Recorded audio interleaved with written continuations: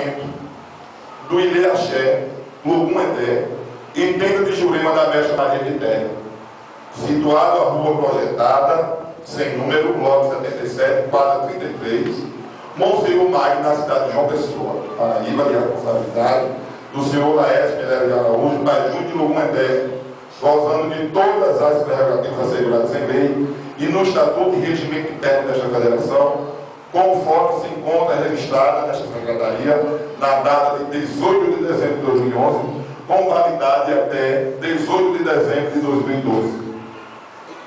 Nesse momento eu passo a licença, mas já avisando que nenhum terreiro hoje no Brasil precisa de licença para funcionar. Nosso Estado é laico, a Constituição brasileira nos garante o livre exercício de religiosidade. É só a questão de ter uma instituição que batalha, que luta, que apoia e que está ajudando os terreiros, que organiza o povo para discutir melhores políticas públicas e sociais para o nosso povo. Então, está aqui a tua licença, meu filho, que Deus te abençoe.